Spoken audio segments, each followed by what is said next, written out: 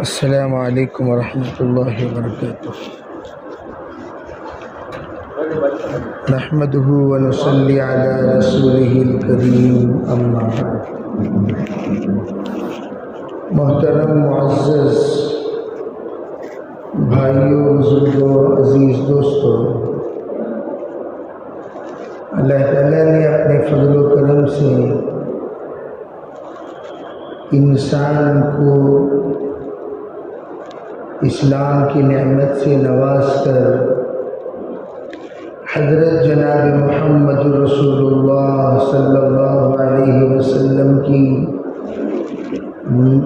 رحمت والی نبوت، جو خاتم النبیین کی نبوت کہلائی جاتی ہے، اس نعمت سے اللہ نے سرفراز کیا۔ حضرات علماء کہتے ہیں اللہ کی انگنت نعمتوں میں سب سے بڑی نعمت ایمان ہے، اور اس میں بھی بڑی نعمت اسلام ہے، اور اس سے بھی بڑی نعمت امت محمدیہ میں پیدا ہونا ہے۔ امت محمدیہ یہ ایسی امت ہے جو مختصر وقت میں زیادہ اجر پانے والی،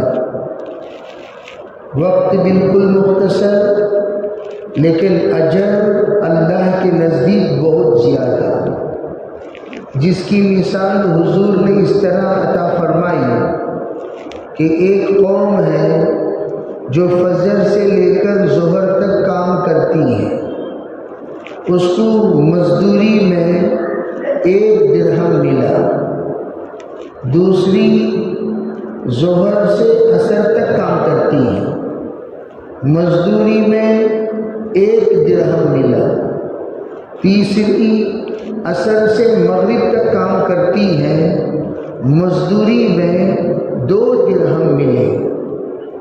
پوچھا آپ علیہ السلام سے، حضور یہ کون ہے؟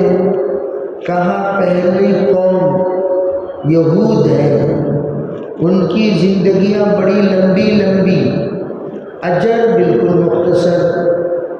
دوسری قوم نصارہ ہے، عمر لمبی لمبی، اجر بالکل مختصر۔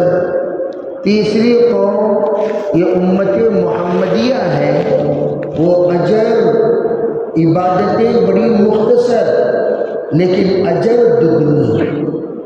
جیسے ہم لوگ 5 وقت کی نماز ادا کرتے ہیں اور 50 وقت کا ثواب پاتے ہیں۔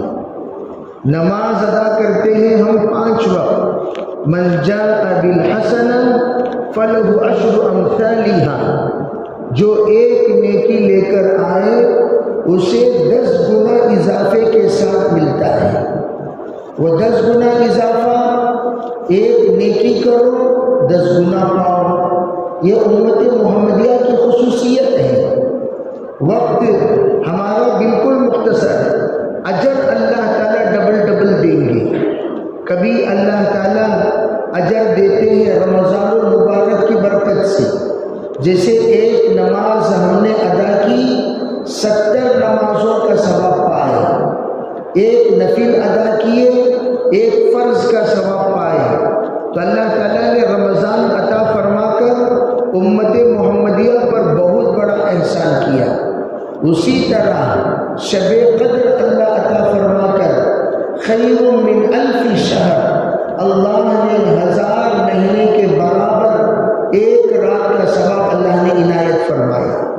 یہ سب اس امت کی نوازشیں ہیں۔ اسی طرح ہم ایک عمل کریں گے، اللہ 10 گنا عمل ہمیں عطا کرے گا۔ اسی میں سے دعوت و تبلیغ میں بھی یہ بات کہی جاتی ہے کہ تم ایک وقت لگاؤ، 10 گنا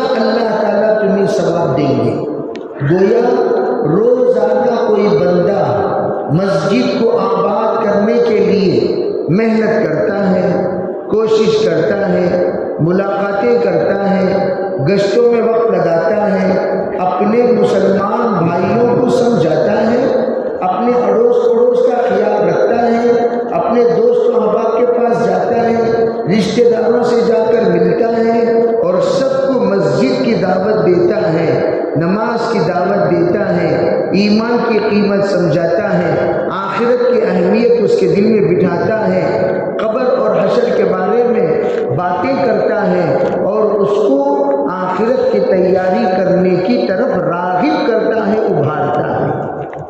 تو یہ جو محنت اس بندے نے کی، ظاہری اعتبار سے اس نے 2.5 گھنٹہ روزانہ مسجد کو آباد کرنے کے لیے وقت لگایا۔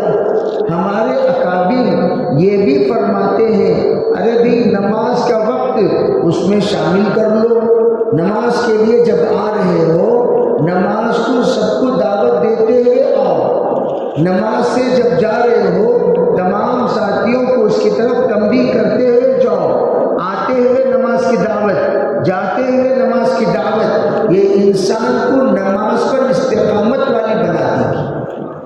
بھائی دنیا میں بہت سارے لوگ فکر کرتے ہیں، ان فکروں میں یہ فکر غالب ہونا چاہیے کہ زندگی میں کیے جانے والی فکروں میں یہ بھی فکر کرو۔ وہ کیا فکر؟ زندگی میں آپ یہ فکر کرو کہ اللہ میرے حیات دوسروں کے حیات کا سبب بنا دے، میرا حیات، میری زندگی دوسروں کی زندگی کے لیے کام آ جائے۔ وہ کیسے کام آئے؟ ارے آپ نے کسی کو کھلایا، کسی کو پلایا، کسی کو کچھ صدقہ دیا، یہ بھی ایک نیکی ہے۔ آپ کے ذریعے سے کوئی کھا رہا ہے، آپ کے ذریعے سے کوئی مدد پا رہا ہے، اور آپ کے ذریعے سے کسی کی دوائی مل رہی ہے، اور آپ کے ذریعے سے کسی کو مدد ہو رہی ہے، تو یہ سب سے بڑی نیکی ہے۔ ان اللہ فی عون العبد ما کان العبد فی عون اخیہ، اللہ مسلسل بندے کی مدد میں ہوتا ہے جب تک کہ بندہ بندے کی مدد میں ہوتا ہے۔ اب ان مددوں میں سب سے بڑی مدد کیا ہے؟ سب سے بڑی مدد کیا ہے؟ مددوں میں سب سے بڑی مدد یہ ہے کہ آپ اس کے صحیح زندگی کا رخ بنانے کی مدد کریں۔ سب کے سب زندگی گزار رہے ہیں، ہر ایک کی زندگی کا رخ سیدھی کر دو۔ صحیح سمجھنے والا، صحیح سوچنے والا، صحیح کرنے والا، صحیح بولنے والا، صحیح زندگی گزارنے والا، صحیح وقت گزارنے والا، اس کی صبح صحیح ہو جائے، شام صحیح ہو جائے، زندگی کے تمام مرحلے صحیح ہو جائے۔ اس کے لیے آپ نے محنت کی۔ آپ نے جو محنت کی وہ یہ کہ وہ بندہ صحیح ہو جائے۔ جیسے ایک صاحب نے آ کر حضرت مولانا انعام الحسن صاحب رحمۃ اللہ علیہ سے یہ پوچھا، یہ کہا حضرت آپ لاکھوں روپے خرچ کر کے اجتماع کرتے ہو، وہی اجتماع کے پیسے آپ جمع فرما کر کسی غریب کو تقسیم کرتے تو وہ غریب بیچارہ اپنے پیروں پر کھڑا ہو جاتا، وہ غریب بیچارہ اپنے پیروں پر کھڑا ہو جاتا، تو آپ ایسا کیوں نہیں کرتے؟ اتنا پیسہ اجتماع میں ضائع کیوں کر دیتے؟ حضرت نے کہا بھائی بہت اچھی رائے ہے آپ کی، ذرا ساتھیوں کو جمع کرو۔ جمع کرنے کے بعد پوچھا، ہاں بھائی اجتماع کے بعد کیا ہوا، ذرا کارگزاری سنائیں۔ تو کہنے والوں نے کہا اجتماع ہوا، اجتماع کے بعد ماشاءاللہ بہت مسجدیں آباد ہو گئی، مسجد میں لوگ آنے والے بن گئے، مکتب میں بچوں کو بھیجنے والے بن گئے، عورتوں کو تعلیم دینے والے بن گئے، مسجد کی تعمیر کرنے والے بن گئے، جہاں پر مدارس نہیں ہے مدارس کا قیام ہوا، جہاں پر مکتب نہیں ہے مکتبوں کا قیام ہوا، اور اس کے ساتھ جو لوگ حج کو نہیں جاتے تھے وہ حاجی بننے والے بن گئے، اور جو زکوٰۃ زندگی میں نہیں دیتے تھے وہ دینے والے بن گئے۔ اب پوچھا ہاں بھائی زکوٰۃ کس کو دے رہے ہیں؟ غریبوں کو دے رہے ہیں۔ کہ کون کون دے رہے ہیں؟ تمام امیر دے رہے ہیں۔ کتنے غریبوں کو دے رہے ہیں؟ ہزاروں غریبوں کو دے رہے ہیں۔ اب کہا جناب اگر ہم اجتماع کا پیسہ کسی کو دیتے، 5 کو دیتے، 10 کو دیتے، 20 کو دیتے، 100 کو دیتے، لیکن اب اجتماع کی برکت سے 100 کی جگہ پر اب ماشاءاللہ 5000 فقراء کی مدد ہو رہی ہے۔ پہلے دینے والے ہم ہوتے تھے، اب دینے والے سب ہو گئے، سب لوگ دے رہے ہیں ماشاءاللہ، سب لوگ دینا شروع کر دیے۔ علاقے میں احساس بیدار ہو گیا، علاقوں میں مساجد قائم ہو گئے۔ جب سے دعوت و تبلیغ کے مہینے شروع ہوئی اس کے بعد سے ماشاءاللہ مساجد کی تعداد دن بدن بڑھتی جا رہی ہے۔ اور آپ کو یہ بات اطلاعاً عرض کرنا چاہتا ہوں، پوری دنیا میں سعودی عرب کے مساجد سے بھی زیادہ ہندوستان کی مسجدیں ہیں۔ کیا آپ اس کا اندازہ لگا سکتے ہیں؟ تیسرے نمبر پر پوری دنیا میں مسجدوں کی کثیر تعداد والا ملک اللہ نے ہندوستان کو بنایا۔ کوئی معمولی مساجد نہیں ہے۔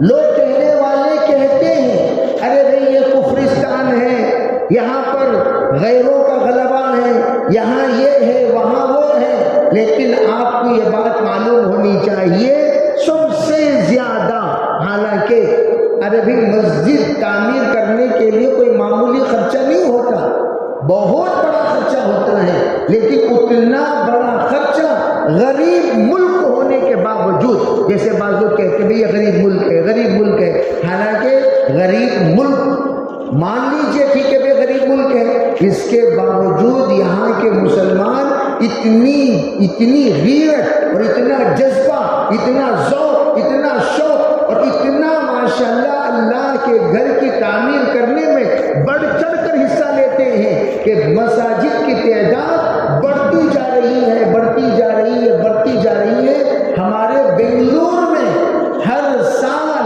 25 سے 50 تک مسجدوں کی تعمیر ہوتی ہے، 25 سے 50 تک مسجدوں کی تعمیر ہوتی ہے۔ اب ہماری مسجدیں رجسٹرڈ 1200 ہیں، انرجسٹرڈ 500 سے زائد ہیں، مسلح وہ یہ اس کی تعداد ہے 400-500 کی۔ آپ اندازہ لگائیں گے تو چھوٹے بڑے سب ملا کر 2000 سے زائد مساجد ہمارے بنگلور میں موجود ہیں۔ کیسے ہوئے، کس طرح ہوئے؟ اور آپ کو پتا ہے بنگلور میں مدارس کتنے ہیں؟ بنگلور میں مدرسے 500 سے زائد ہیں۔ خالی شہر کی بات کر رہا ہوں، خالی شہر کی بات۔ نارتھ بنگلور میں 250 مدرسے ہیں، صرف نارتھ بنگلور میں، اور نارتھ بنگلور میں علماء کی تعداد 12000 ہے۔ میں آپ کو اس لیے میں بتا رہا ہوں کہ ہم لوگ اس کا اگر حساب لگائیں گے تب پتہ چلے گا مسلمانوں کی تعداد کیا ہے۔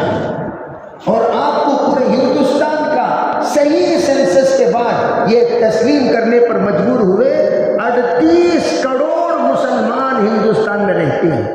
38 کروڑ کہاں کا پرانا حساب لگا کر 2022 کو 20 سال سے بولتے ہوئے آ رہے ہو، 2022 ارے اللہ کے بندو، ہندوستان میں ہر منٹ 4 بچے پیدا ہوتے ہیں، ہر منٹ 4 بچے پیدا ہوتے ہیں، اور 4 بچوں میں 2 غیر ہیں تو 2 مسلمان ہیں، 2 غیر ہیں تو 2 مسلمان ہیں۔ ان کی عدد 6 چاہے زیادہ کیوں نہ ہے، لیکن بچوں کے جنم کے اعتبار سے دیکھا جائے تو ہم اوورٹیک کرتے ہوئے جا رہے ہیں۔ تو میں یہ عرض کرنا چاہتا ہوں کہ اللہ کا فضل ہے، اللہ کا کرم ہے کہ ہمارے یہاں جو تعداد ہے مساجد کے اعتبار سے، مدارس کے اعتبار سے، مکاتب کے اعتبار سے، خانقاہوں کے اعتبار سے، اور پھر دیگر تمام تنظیموں کے اعتبار سے ہم کسی سے کم نہیں ہیں۔ یہ سب کہاں سے، کیسے، یہ بیداری کہاں سے پیدا ہوئی؟ ارے بیدار لوگوں کو بیدار کرنا کوئی کمال نہیں۔ سنو اچھی طرح میری بات، بیدار لوگوں کو بیدار کرنا کوئی کمال نہیں، متحرک لوگوں کو فعال بنانا کوئی کمال نہیں، حرکت والوں کو ان کی تحریک میں اور بھی گرمی پیدا کرنا کوئی کمال نہیں۔ کمال تو یہ ہے سوتے ہوئے لوگوں کو جگاؤ، سوتے ہوئے لوگوں کو جگاؤ، کمال تو یہ ہے سوتے ہوئے لوگوں کو جگاؤ، ان پڑھوں کو پڑھاؤ۔ آج کل جتنے تنظیمیں ہیں ان تمام تنظیم چاہے وہ دنیاوی اعتبار سے ہو، پڑھائی ایجوکیشن کے اعتبار سے ہو، سب کیا کہتے ہیں؟ ارے بھائی جو پڑھتے ہیں ان کو آگے بڑھانا چاہیے، جو پڑھتے ہیں ان کو آگے بڑھا۔ بہت اچھی بات ہے بھائی، پڑھنے والوں کو آگے بڑھانا چاہیے۔ ان پڑھوں کو پڑھائے گا کون؟ ان پڑھوں کو پڑھائے گا کون؟ مدرسے میں ایک آفیسروں کی ٹیم آئی اور ٹیم آ کر کہنے لگے آپ ان لوگوں کو انگریزی کیوں نہیں پڑھاتے، یہ کیوں نہیں پڑھاتے، وہ کیوں نہیں پڑھاتے۔ ارے بھائی سب سے پہلے یہ پوچھو ان لوگوں کو لائے کہاں سے؟ کیا ان لوگوں کو ہم نے اسکول سے لایا؟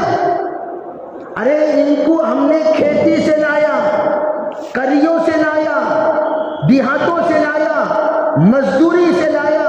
یہ جو طبقہ ہے یہ وہ طبقہ جو مدارس میں ہم لا کر ان لوگوں کو جو تعلیم دے رہے ہیں یہ وہ لوگ ہیں۔ کوئی اس میں پینٹر تھا، کوئی اس میں مزدور تھا، کوئی اس میں بیکار تھا، کوئی اس میں آوارہ تھا، ایسے لوگوں کو لا کر مدرسے میں ہم پڑھا رہے ہیں۔ اور تمہارا کون سا کمال؟ اسکول میں کوئی بچہ داخل ہونے کے بعد تم ان کو پڑھا رہے ہو، کوئی کمال کر دیا تم نے؟ ان پڑھوں کو لا کر پڑھانا کمال ہے۔ پڑھے لکھے لوگوں نے جو بچہ اس میں رینک والا بچہ ہے اسے رینک والا بنانا کون سا کمال ہے؟ رینک والے بچے کو رینک والا بنانا کون سا کمال ہے؟ جو بچہ بیکار تھا آپ کی نظروں میں، جو بچہ بالکل ٹوٹلی کینسل تھا آپ کی نظروں میں، ٹوٹلی وہ بچہ کسی بھی اعتبار سے لائق ہی نہیں تھا، جس کو تم نے ریجیکٹ کیا اس کو ہم نے سلیکٹ کیا، جس کو تم نے ریجیکٹ کیا پوری امت اس کو مدارس والوں نے سلیکٹ کیا اور پھر مدرسے والوں نے اس کو نکھارا، اس کو روشن کیا، اس کو مزین کیا، اس کو سجایا، اس کو منایا اور اس کو ایسا مکمل طور پر منقش کر دیا۔ اب وہ سادہ سیدھا پتھر ہیرا بن کر چمکنے لگا۔ تو مدارس کی محنت کو ہم کیا جانیں؟ مدارس کی محنت کو ہم کیا جانیں؟ مدارس کی محنت کو ہم کیا جانیں؟ جتنے کہتے ہیں کہ مدارس کے بچے شریر ہوتے ہیں، شریر ہوتے ہیں، شریر ہوتے ہیں، تم دیتے ہی شریروں کو ہو۔ تم لوگ جو لا کر مدرسے میں جمع کرتے ہو، کیسے لوگوں کو لا کر جمع کرتے ہو؟ حضرت مولانا ابو سعود صاحب رحمۃ اللہ علیہ کے پاس نیر ربانی صاحب ایک بچے کو لے کر آئے تو حضرت نے فرمایا ارے بھائی کیا قصہ؟ ربانی صاحب کیا قصہ؟ کہنے لگے حضرت یہ بچے کو مبلغ کو آپ ہی داخلہ کرانے کے واسطے یہ بچے کو ذرا دیکھو۔ حضرت دیکھے تو کھڑرا سی انہیں یہاں کھجا رہا، وہاں کھجا رہا، یوں کر رہا، یوں کر رہا، عجیب عجیب ایکٹنگاں کر رہا۔ حضرت پوچھے جی ان کو نماز پہ دکھانا نہیں کیا؟ جی کہاں نہیں دکھانا؟ عربی نماز کو سے ہاسپٹل بھی کہتے ہیں۔ حضرت نے پوچھا ان کو نماز پہ نہیں بتانا؟ نماز پہ کیوں نہیں بتائے؟ کہنے لگے نہیں حضرت نماز والے بھی نہیں ہوتا بول رہے، نماز والے بھی نہیں ہوتا بول ڈالے تو اس کا مطلب کیا؟ ویسے بچوں کو لا مدرسے میں داخل کرانا، سو نماز کا بھی ریجیکٹ، پاگل خانے کا ریجیکٹ پیس لا کر تو۔ اور آج بھی ہمارے مدرسے میں 2 بچے وہ ہیں جن کے والدین کہتے ہیں یہ کسی بھی پڑھائی کا لائق نہیں ہے۔ قرآن کا معجزہ سمجھو، اساتذہ مدارس کی کرامت سمجھو، مدارس کا اللہ کے طرف سے جو مددیں اِنَّا نَحْنُ نَزَّلْنَا الذِّكْرَ وَإِنَّا اس کا یہ ایک مظہر سمجھو کہ اللہ نے نیم پاگل بچوں کو بھی حافظ بنا دیا. نیم پاگل بچے، تم کیا جانو بھائی مدرسے میں کتنی محنت کرتے ہیں اساتذہ. اعتراض کرنے والے اگر ایک دن اگر مدرسے میں آ کر بیٹھ جائیں پھر پتا چلے گا کہ مدرسے کو چندہ دینا چاہیے نہیں دینا چاہیے، مدرسوں کی مدد کرنی چاہیے نہیں کرنی چاہیے، مدرسوں کا خیال رکھنا چاہیے نہیں رکھنا چاہیے. آج ہم ادھر ادھر تو پیسہ مساجد کے منقش، ہماری مسجد ماشاءاللہ بہت 1000% بہت میں کہہ سکتا ہوں مناسب، ایک خرچہ بھی آپ اس میں فضول نہیں بتا سکتے. دیگر چلے جاؤ، ایک مسجد کو گیا 27 لاکھ روپے کا جھومر، مؤذن کی تنخواہ 60,000 روپے، 27 لاکھ روپے کا جھومر تم نے لگا رکھا. 27 لاکھ روپے کا جھومر جو تم نے لگایا وہ کس کا پیسہ تھا؟ کس کا پیسہ تھا؟ تمہارا پیسہ. مسجد میں تم اپنا ذاتی پیسہ لگاتے ہو، مسجد میں پیسہ عوام کے چندے کا پیسہ لگاتے ہو، خون و پسینے کی کمائی لگاتے ہو. ان لوگوں کے سامنے جو اعلان ہوتا ہے بھائی مدد کرو مدد کرو مدد کرو، اس مدد میں 50، 100، 1000، 500، 2000 جو کچھ ہم نے ڈالا ہے اس پیسوں سے تم نے بنایا. کسی بھی مفتی دنیا کے پوچھ لو کیا مسجد میں دیے ہوئے چندے کے پیسوں سے 27 لاکھ روپے کا جھومر خریدنا جائز ہے؟ ایک مفتی بھی اگر جائز قرار دے دے زندگی بھر میں اس کا غلام. کرنے کے کام تو کرتے نہیں کرنے کے کام کرتے رہتے ہو اور سمجھتے ہو اپنے آپ کو ہم بہت جائز کام کرتے ہیں. اس لیے میں آج کہنا چاہتا ہوں دینے کی جگہ دو. اللہ تعالیٰ مال دیا ہے تو وہ مال لگانے کے لیے ہندوستان میں بنگلور میں کئی مدارس وہ ہیں بچے بیٹھ کر قرآن پڑھتے ہیں، اوپر سے چھت ٹپکتی ہے. بچے بیٹھ کر قرآن پڑھتے ہیں، اوپر چھت ٹپکتی ہے. آخری رجب شعبان یہ مہینوں میں تمام مدرسے مقروض ہو جاتے ہیں، تنخواہ ادا کرنے کو پیسہ نہیں ہوتا، بچوں کو کھلانے کے لیے چاول نہیں ہوتا.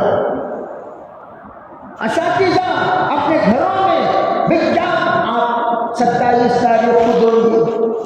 ابھی جو بھی آپ حضرات کی عنایتیں ہیں وہ 27 تاریخ کو دیتی ہیں. حضرت کیا کرنا سوسائڈ کر لیے ہو 27 تاریخ کو لوگ کیا جی کرنا؟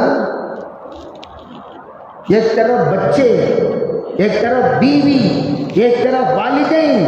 میرے عزیز بھائیوں میں یہ عرض کرنا چاہتا ہوں مینٹالٹی بدلو، دماغ کو اندر صحیح سوچ لاؤ، فکروں کو بدلو. دعوت کی محنت کیوں ہے؟ صحیح سمجھ ہر مسلمان کے اندر آ جائے.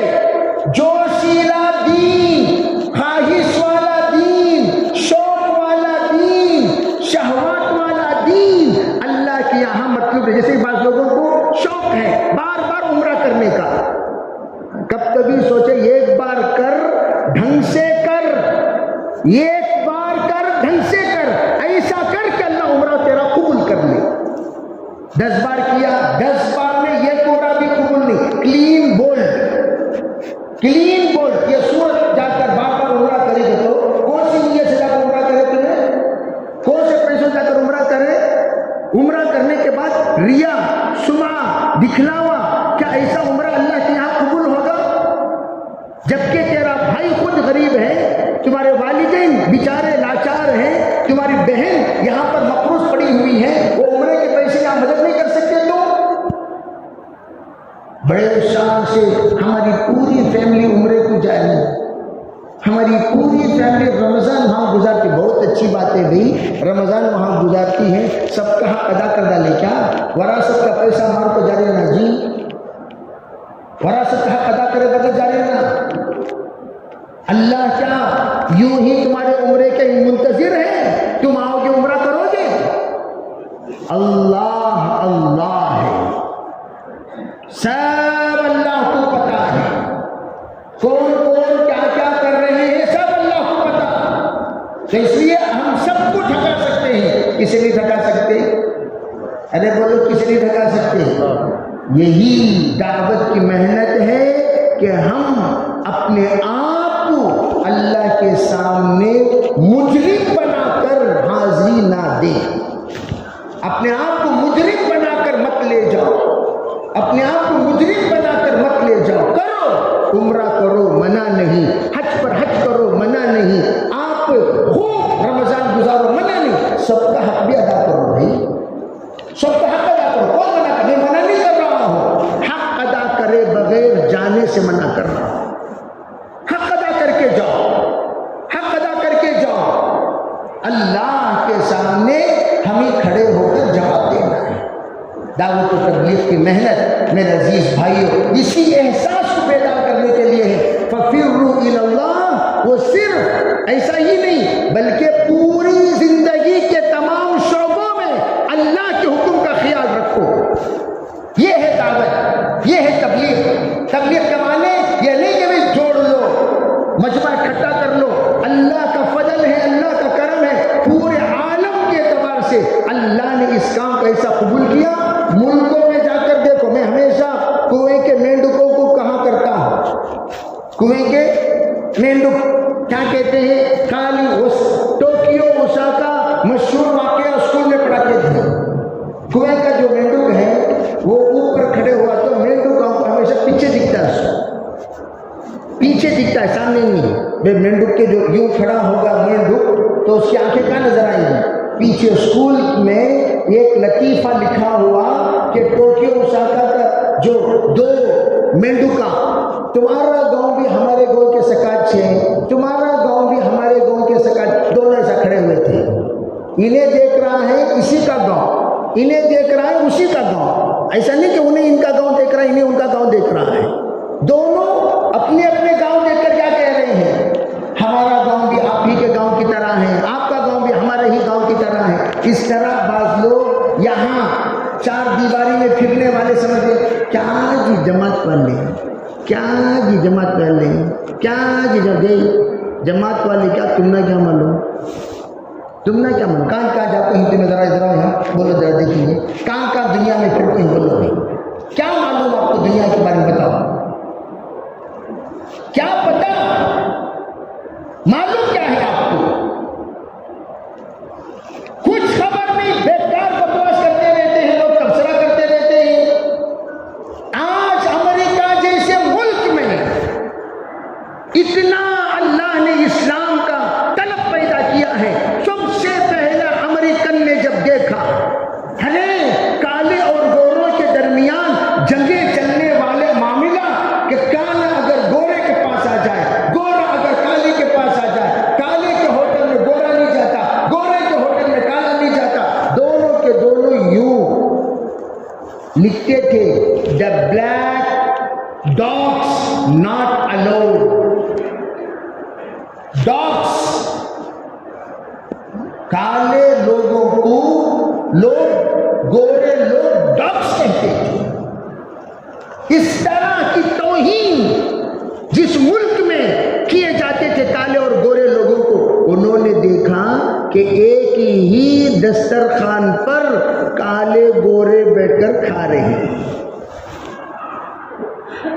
کالا گوروں کو کھلا رہا ہے، گورے کالے کو کھلا رہا ہے، یہ ان سے بات کر رہا ہے، وہ ان سے بات کر رہا ہے، یہ ان کا اکرام کر رہا ہے، وہ ان کا اکرام کر رہا ہے۔ حیرت میں پڑ گئے۔ اذ کنتم اعداء، اللہ تعالیٰ اسلام کی نعمتوں کو گناتے ہوئے قرآن میں اللہ ارشاد فرماتے جب تم لوگ دشمن تھے، الف بین قلوبکم، اللہ نے تمہارے دلوں میں جوڑ پیدا کیا، فاصبحتم بنعمتہ اخوانا، اللہ کی اس اسلام کی نعمت کی برکت سے آپس میں تم بھائی بھائی بن گئے۔ وہ منظر اللہ نے امریکہ میں بتایا، دیکھو کالے اور گورے ان کے دلوں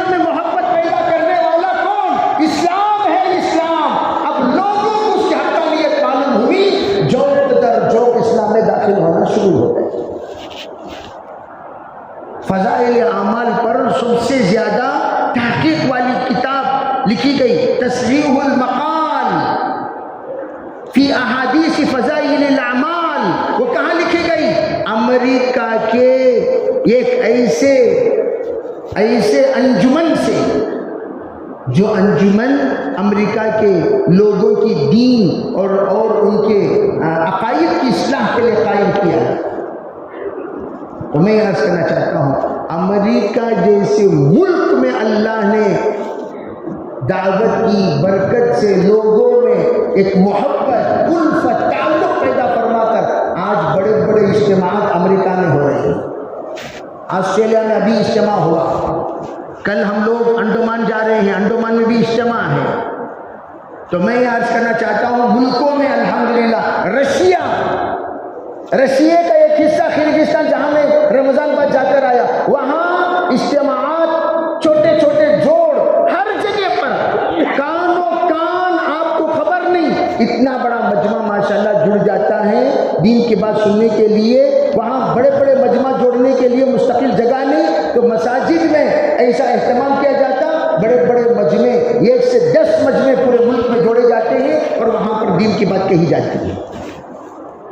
اسی طرح الحمدللہ ہمارے اس حلقے کا، ہمارے بنگلور کا تیسرا بڑا اجتماع، پہلا اجتماع اتیبلے میں ہوا، دوسرا اجتماع ہمارا ہوا رضا صاحب پاڑلے میں، گزشتہ میں نے بتایا ابھی، کل پرسوں انشاءاللہ اجتماع ہوگا، کہاں بولو بھائی؟ کنگیری میں کیا وہ داؤس پہ دوڑ بستی میں انشاءاللہ ہمارا اجتماع ہوگا۔ تو تمام ساتھی جتنے ہمارے دوست احباب ہیں سب کو لے کر مسجد کو تشریف لائیں۔ مسجد سے انشاءاللہ بسیں نکلیں گی، تمام ساتھی اپنے اپنے بستر میں، ٹھنڈ ہے، سردی ہے، تو اس لیے ذرا موٹی چادر لے لیں، کمبل لے لیں، نیچے بچھونا بھی ذرا مناسب لے لیں، پتلے بچھڑے لے لیں، تھر تھرا لے کو رہو نہ کو، ذرا گرم ٹوپی ہے گرم ٹوپی لے لو، جرکن ہے جرکن لے لو، جو آپ کے پاس گرم سامان ہے لے لیں۔ ایک رات ہم اللہ کے راستے میں میدان میں گزاریں گے، اور میدان میں گزار کر ماشاءاللہ ہمارے والد کہنے لگے، میں 3 بجے اٹھا، میں نے دیکھا آدھا مجمع تہجد پڑھ رہا ہے، آدھا مجمع، اسے کہ میں تو ادھر پٹل میں تھا لیکن مجھے مجمع کا پتہ نہیں، تو وہ مجمع میں تھے، کہنے لگے میں 3 بجے اٹھا، آدھا مجمع نوجوانوں کا تہجد پڑھتا ہوا اللہ کے سامنے روتا ہوا نظر آیا۔ اللہ تعالیٰ تمام نوجوانوں کو، تمام ساتھیوں کو قبول فرمائے۔ تو ہم بھی انشاءاللہ چلیں گے بھائی انشاءاللہ، تو کل ہم سب وہاں پہنچیں گے اور رات وہاں گزاریں گے، ایک رات میدان میں ہم گزاریں گے، اللہ سے ہم روئیں گے، کہیں گے یا اللہ تجھ سے جڑنے کے لیے، تجھ سے اپنے مسائل حل کرنے کے لیے، تیرا بننے کے لیے، تیرا بن کر رہنے کے لیے، تیرا بن کر جینے کے لیے ہم سب یہاں اکٹھا ہوئے ہیں۔ یا اللہ ہماری زندگی میں جتنے حالات ہیں ان تمام حالات کو حل فرما کر، یا اللہ ہم سب کو تیری تقدیر پر راضی ہو کر زندگی گزارنے کی توفیق عطا فرما، اور سب کے ساتھ خاتمہ بالخیر کا معاملہ فرما، اور سب کی زندگی کے اندر انقلاب پیدا فرما، سب کے ذہنوں کو، سب کے نظروں کو، سب کے سوچ کو، سب کے فکروں کو یا اللہ بدل کر صحیح رخ پر جینے اور صحیح رخ پر تیرے پاس آنے کی توفیق عطا فرما۔ سب دعا کریں گے بھی انشاءاللہ، تو اس کے لیے سب ساتھی انشاءاللہ کل بس کا انتظام یہاں ہے، سب 7 بجے انشاءاللہ یہاں سے بسیں نکلیں گی، تو آپ حضرات فجر پڑھ کر کل تمام ساتھی انشاءاللہ کل آ جائیں، فجر پڑھ کر سب کے سب یہاں انشاءاللہ پہنچ جائیں۔ رات کچھ بیگم کو بولا تھا جی اجتماع کو جاری بیگ ریڈی کرو، اجتماع کو جاری بیگ ریڈی کرو، یہ جوڑا کھانا کے ٹھنڈ میں کوئی بھی کپڑے بدل رہی نہیں، وہاں جانے کے بعد کوئی بھی کپڑے نہیں بدل رہے، جو کپڑے میں پہنچ گئے ہیں ہم اسی کپڑے میں انشاءاللہ واپس آ سکتے ہیں۔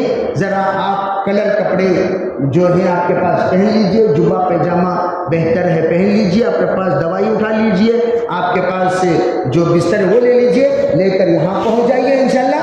7 بجے یہاں سے بسیں انشاءاللہ نکلیں گی، تمام ساتھی بس میں سوار ہو کر آپ 2 کل صبح جانا ہے، پرسوں شام کو دعا کے بعد واپس آنا، سب کریں گے بھائی انشاءاللہ۔ کون کون چلیں گے بولو؟ اللہ تعالیٰ اپنے فضل سے سب کو قبول فرمائے۔ وآخر دعوانا الحمدللہ رب العالمین۔